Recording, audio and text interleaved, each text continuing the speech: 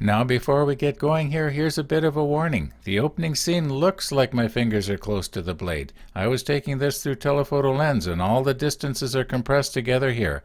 My fingers are a long way away from the blade. It just looks scary, so if you can't handle it, go sit on your mummy's lap and close your eyes.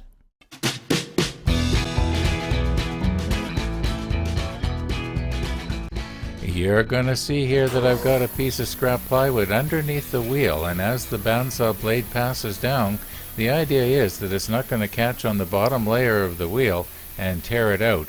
This usually works. Not always, but usually.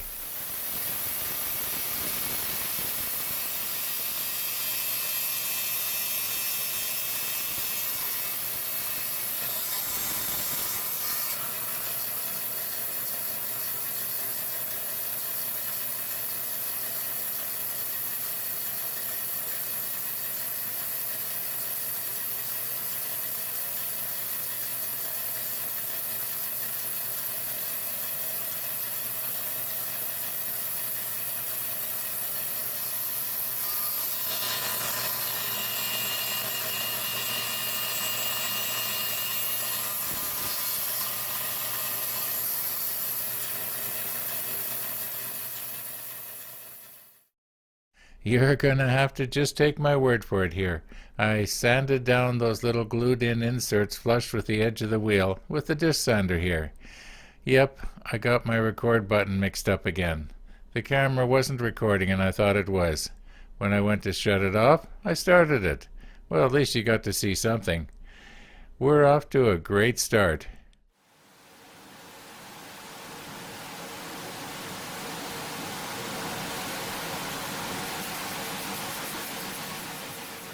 That noise you hear running in the background?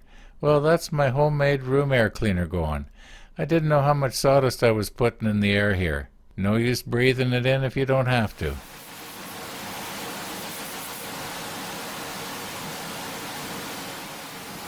Now I am just guessing, but I'm guessing that CA glue probably did an 80% job.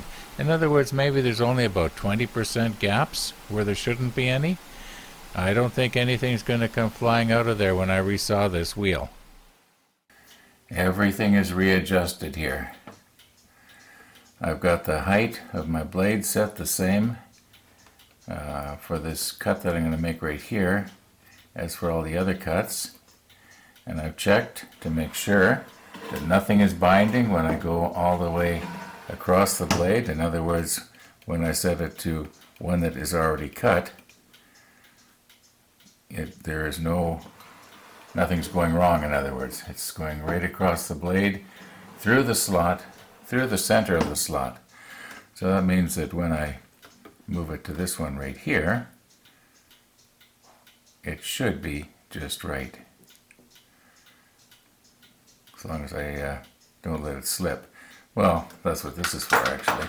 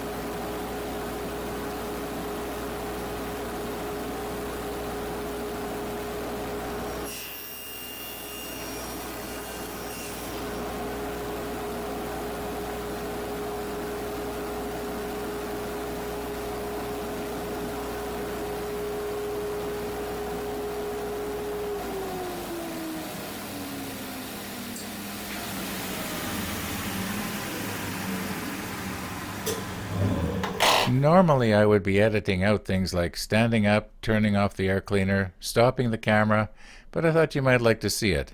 This is how I do the two camera thing.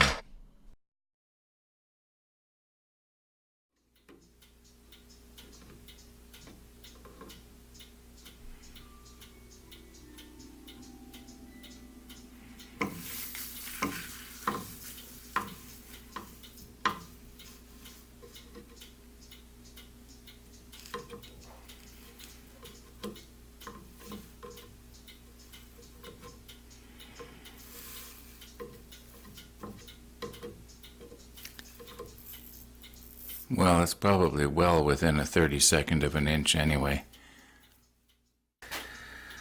Well, I don't think I'm going to be needing the template anymore. I think we got it.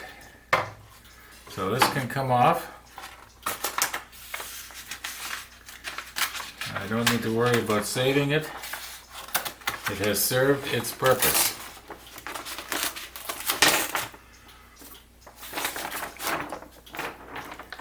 Okay.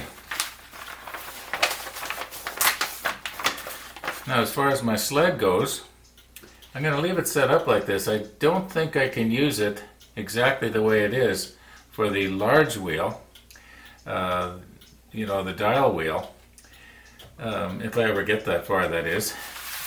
But I will take it off of the miter gauge here. So obviously I'm going to be needing that. Anyway, let's get to the next step. We are now where we should have been 36 hours ago. You may recall probably 2-3 weeks ago now when I went to the lumber store and I was going to buy some Baltic birch, 1/8 Baltic birch. And I didn't buy it because it was actually only 3 millimeters. It wasn't even 1/8 of an inch thick. And I knew that that would be just too thin for what I want here. And this by the way is, what do we got here? I don't know if you can see that, but it's like 3.3 millimeters. This is a piece of maple, 3.47. Don't know if you can see that. Well, it's a nice tight fit. Now, I made a statement that might not be 100% true. Well, it's kind of true, but it's not. I was saying how that for a given thickness, that the plywood would be stronger than the solid lumber. Well, yes and no. It's see, the plywood, let's say you had 3/4 inch flooring. It's almost as strong one way as the other. But wood, if I was to glue these two together, say like this, and then try to break them apart, where would it break? Would it break here on the plywood, or would it break here on the maple? Well, I got a feeling if they're the same thickness, it could be that this plywood would break first. Anyway, I just wanted to clear that up, that in some instances, the solid lumber would be stronger than the plywood. Maybe. I haven't tested it. Might be kind of fun. Another thing I want to mention is when I was filling the crack here, doing this repair, the reason I didn't try baking soda is because I don't have any in the house. Right now, it's on my grocery list, and I'm going to get some. And then we'll do a test, just with baking soda and CA glue. And, you know, some of the viewers thought it would be a pretty good idea. And, yeah, it might have worked in here. Probably would have. But anyway, I didn't have any. So that's why I did not use the baking soda. But thank you for the suggestion. Now I know that's probably not how you spell lettuce. But that's the way you spell it after you've been doing a lot of work with CA glue.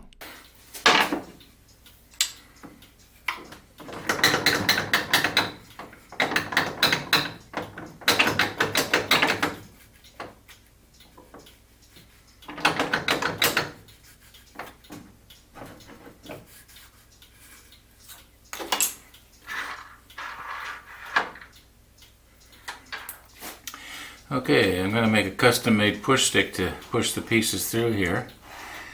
I should have one of those zero clearance thingamajiggies here. That's what I should have. I've been meaning to make up some of them for years and I just never done it. Now I wish I had one. But we'll give it a try here as long as my stuff doesn't get too short. I was going to use this as a sample, but I can see where the piece I cut off is going to fall down into the and go through into the dust collector. But I'll be using longer pieces. I'm also wondering now if maybe straight grain spruce might be better than the maple. It'd be a lot easier to cut, and then I wouldn't be wasting my good maple if I don't need to. Spruce is actually very strong. Just ask Howard Hughes. He made the spruce goose out of spruce. Well, he used some spruce, let's put it that way.